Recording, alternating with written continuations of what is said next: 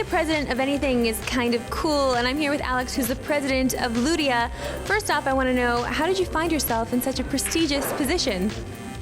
Well, I started the company in 2007, which is a great way to become a president, I guess. Luckily, it was a successful venture. It took us about 6-7 years to get here.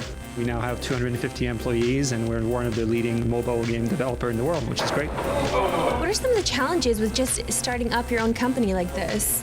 It becomes easier after a while because you have a certain reputation and it's easier to raise the capital. So when I started Ludia, I already had a very strong relationship with the Guillemot brothers, the founder of Ubisoft, and they really helped me put in place some of the early distribution channels we needed to get our games to the market. And then it's a hit-driven business, so if you're lucky enough to have a hit very early on, that obviously funds the rest and helps quite significantly. What was your draw then to do mobile gaming? Because that's what you do here at Ludia. Mobile gaming essentially for us happened as a transition. When we started Ludia, the goal was to create games that integrate product placement and advertising in their experiences. Hence the reason why we started with The Price is Right. The game was an instant hit, but not because of the product placement, but just because the Wii and some of the platforms were becoming more mass market at the time. And then as the iPhone came out, it seemed like a perfect fit for the type of games that we were developing. So we transitioned to that platform, and that was a huge transition and successful transition for us.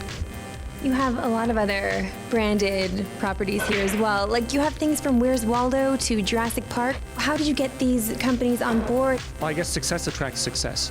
The Price is Right was a big hit and was also a good way to get other partners on board with us. As we built successes with Jurassic Park, we were able to secure other properties. One of them is obviously Peabody and Sherman that we just launched. Cool!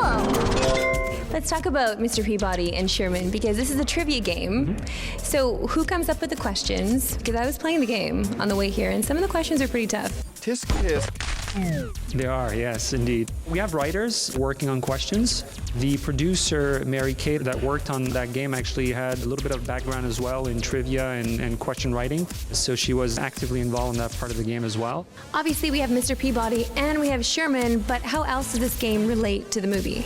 There's a variety of things. So first of all, there's a variety of characters that will be introduced in the movie that you will actually also meet in the game.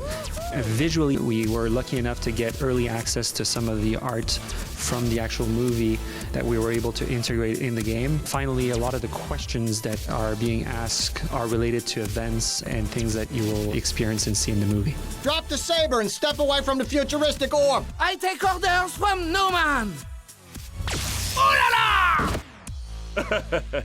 Take it easy, bro.